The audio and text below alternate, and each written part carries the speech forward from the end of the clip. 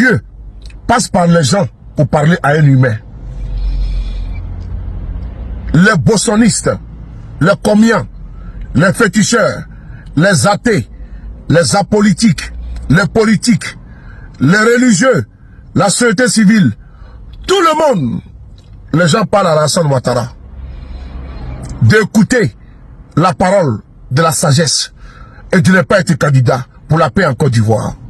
On écoute les hommes de Dieu. L'examen et l'adoption d'une lettre pastorale intitulée « Lettre pastorale des évêques catholiques de Côte d'Ivoire pour une élection présidentielle juste, transparente, inclusive et apaisée » a été au centre des échanges.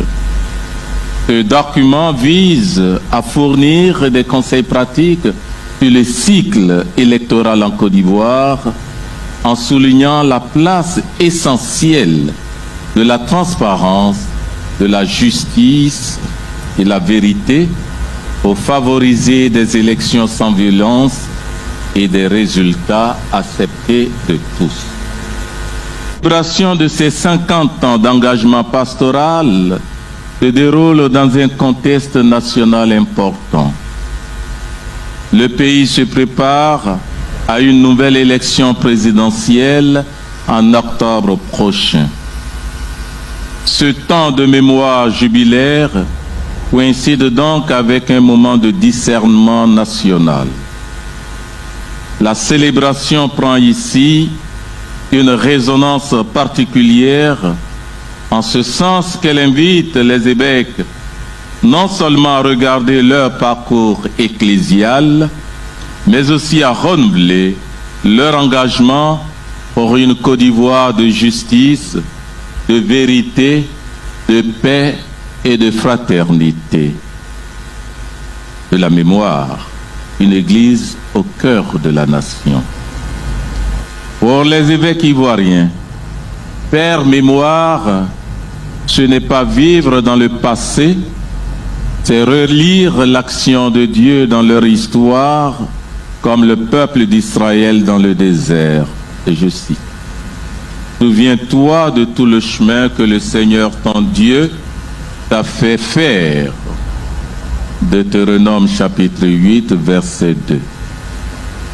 Aussi se souviennent-ils de l'Église ivoirienne née dans l'élan missionnaire, enracinée dans les villes et villages, les quartiers et les familles. Du rôle de l'Église dans les temps de crise, quand les voix prophétiques ont appelé à la réconciliation, à la vérité, à la justice et à la non-violence. Des communautés qui, souvent dans le silence, ont œuvré pour l'éducation des enfants et des jeunes, le soin des malades, la solidarité avec les faibles et les pauvres. Cette mémoire les appelle à la gratitude vis-à-vis de chaque membre du peuple de Dieu et de chaque habitant de la Côte d'Ivoire. Cette mémoire les appelle aussi à la lucidité, car aussi bien dans le pays que dans l'Église, la mémoire est parfois blessée par les divisions ethniques, les violences électorales, les injustices économiques, de mal gouvernance. Faire mémoire, c'est s'engager à pardonner, à réparer, à rebâtir l'unité ecclésiale et nationale. C'est pourquoi les évêques, assumant toutes leurs responsabilités individuelles et collectives, demandent pardon à leurs collaborateurs, clergés, personnes consacrées et fidèles laïcs du Christ, pour les écarts dans leur agir et leur être. À la mission témoin de paix et d'espérance. Le Christ envoie ses disciples. Vous êtes le sel de la terre, la lumière du monde. Matthieu chapitre 5, versets 13 à 14. Aujourd'hui, plus que jamais, la mission de l'Église en Côte d'Ivoire est d'être lumière dans les ténèbres de la peur, telle dans les blessures de la haine, voix dans les silences de l'injustice. À l'approche de l'élection présidentielle d'octobre 2025, en attendant la lettre pastorale pour une élection présidentielle juste, transparente, inclusive et apaisée, après leur message sur le même sujet, les évêques de Côte d'Ivoire estiment que le pays a besoin d'une église prophétique. Une église qui éduque à la citoyenneté responsable, à la non-violence, au dialogue. Une église qui ne pactise pas avec les intérêts partisans, mais qui se tient aux côtés des petits, des oubliés, des déguerpis, des faibles. Une église qui invite les jeunes à croire en la paix et à refuser la manipulation. Une église qui pratique la vérité, la transparence dans sa gouvernance pastorale, économique et financière. Cette mission ne saurait se limiter au seul peuple de Dieu. Elle s'étend aussi à la nation. C'est pourquoi il s'engage, comme par le passé, à prier pour la nation, à accompagner les consciences, à offrir des espaces de dialogue et de réconciliation. Pour une Église toujours plus synodale, marcher ensemble pour la paix. Le pape François, de vénérée mémoire, a appelé les évêques à bâtir une Église plus synodale, une Église dont les membres marchent ensemble, s'écoutent et dialoguent. Il a plu au Saint-Esprit et à nous. Actes chapitre 15, verset 28.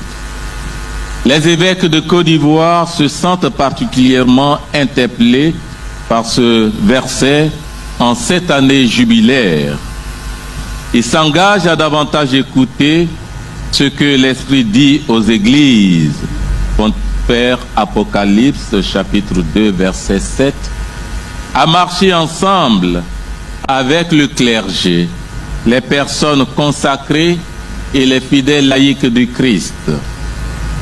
De marcher ensemble pour eux et pour la Côte d'Ivoire signifie refuser la haine tribale, affirmer que tous, dans le pays et l'Église, sont des frères avant d'être militants. Créer dans leurs diocèses respectifs des lieux où les blessés de la politique, les exclus du développement, les victimes des abus sont écoutés. Donner la parole aux femmes, aux jeunes, aux déplacés, aux victimes d'abus, car ils ont beaucoup à dire.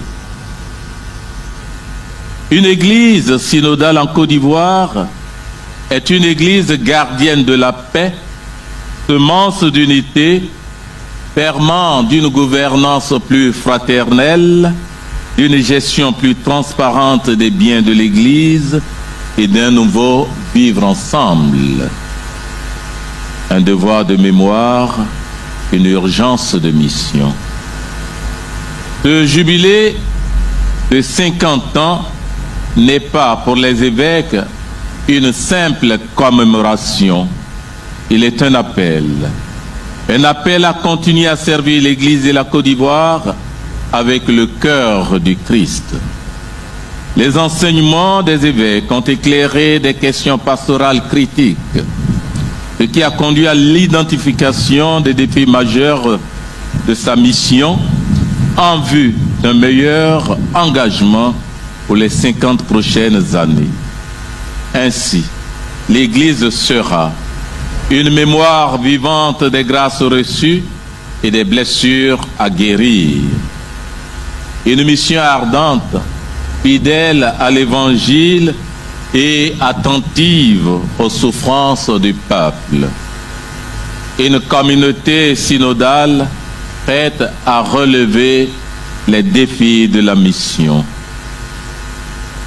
En cette année électorale, comme pasteurs, les évêques demandent à tous d'être des artisans de paix, de rejeter les discours de haine, de s'éduquer et d'éduquer à la fraternité. Il prie et œuvre pour que le scrutin soit transparent, juste, inclusif et non violent.